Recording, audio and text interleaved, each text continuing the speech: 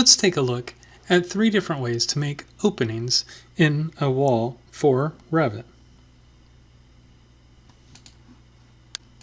To begin with, we'll need to create a wall.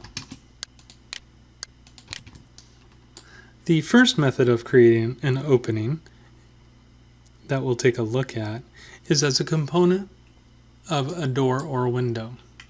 So therefore, we'll go to our Architecture tab, our Build panel, and go to the Door tool. We'll load a new door type from the Imperial Library from the Door folder.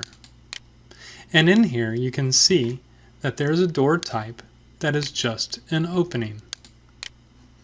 We can load that into our project, and you can see that it acts just like a door in the sense of it has different door types or sizes.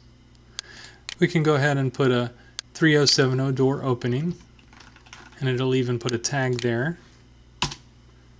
in our project. If we look at it in 3 dimensions, you can see what it looks like.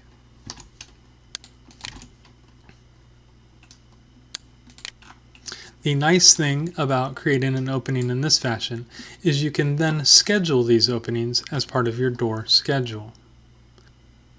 The next method of creating an opening in a wall that we'll take a look at is by modeling the opening into this wall. We'll look at a tool from the Architecture tab on the Opening panel. There are 5 different ways in Revit to model an opening, as you can see here. We'll only take a look at the wall. When you select that tool, you can see down on the left, Revit prompts you on what to do next. Select a wall to create a rectangular opening. So all you have to do is click on the wall that you want the new opening to be modeled in. Once you've selected it, you can read down here again, enter the starting point of a rectangular opening.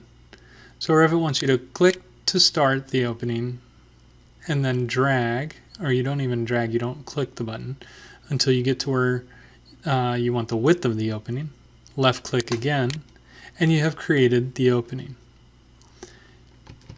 You can highlight that opening and you will get grips that you can stretch the opening to the size that you desire. Or over in the Properties palette, you can set the top and base offset for the opening. If you want it right on the ground, you would make the base offset 0.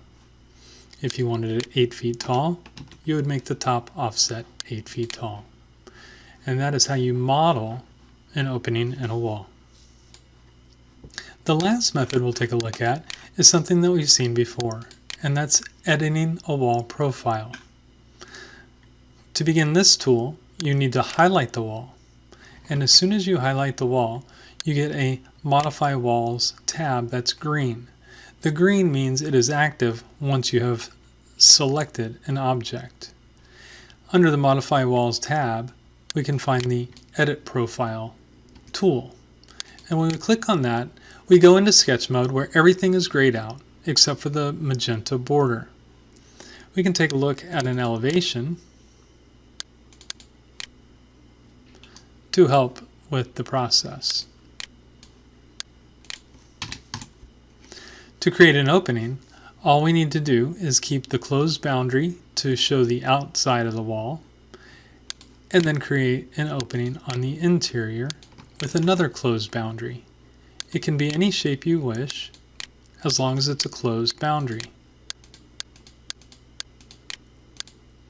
This method is very good if you have unusual shape opening that you wish to model.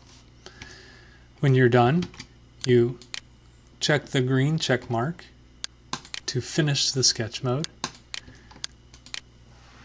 And now you have several openings that you created by Edit Wall Profile.